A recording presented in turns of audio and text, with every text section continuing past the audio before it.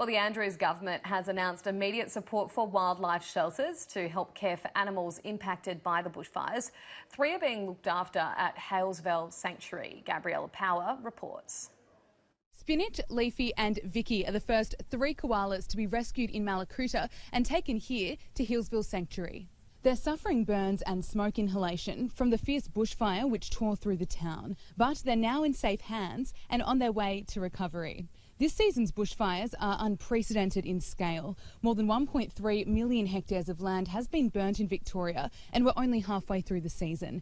The flames have had a devastating impact on our wildlife and environment.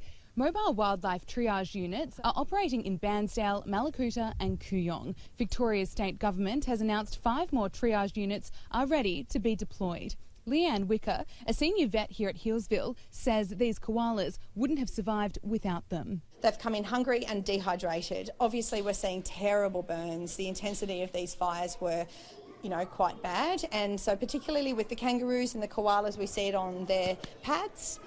We also see smoke inhalation, and some of them have facial burns as well if they've put their face into burning or browse that was still really hot. The Andrews government has announced immediate support for wildlife shelters and foster carers.